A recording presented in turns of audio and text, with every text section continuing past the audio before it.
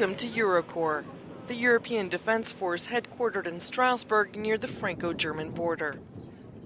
July 1st, France took over the European Union's rotating 6-month presidency and got EU defence ministers together to pledge some 60,000 troops for a rapid reaction force capable of being deployed at short notice.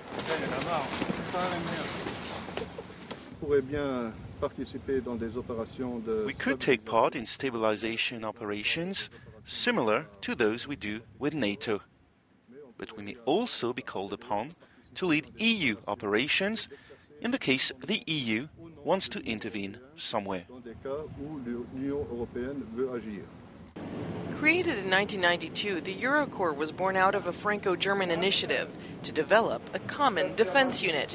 The reason? Mainly to free itself from American military tutelage and NATO's obligatory stamp of approval.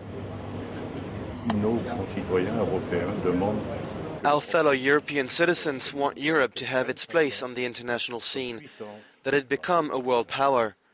Allies of the United States, but not tied to them.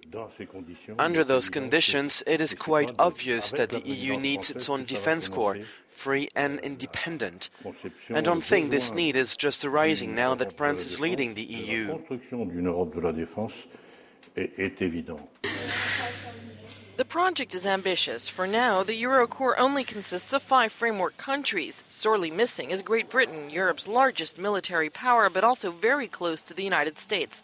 So it's far from certain that all 27 EU countries will be ready to take part in a European Defence Corps, let alone finance it. In 2007, the EU spent $200 million for its military. The US spent nearly twice as much. The Eurocorps is financed by 5 framework countries, starting with France, the host country, and then Germany, Belgium, Spain, and Luxembourg. Each country contributes a certain amount of money, calculated on a pro rata basis, and that's based on the number of military personnel. The latest stumbling block the Eurocorps is having to deal with is Ireland's no to Europe. The Irish say they want to stay neutral and don't want to be part of a European military force. It's not a matter of we don't want any soldiers.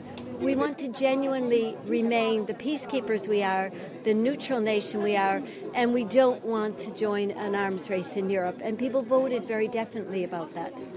So when it comes to the subject of defence, France, as EU president, will have to be extremely cautious over the next 6 months. If the dream of a true European army seems increasingly unlikely, the one of having real military credibility, taking into account new threats and strengthening the EU as a whole, remains a priority.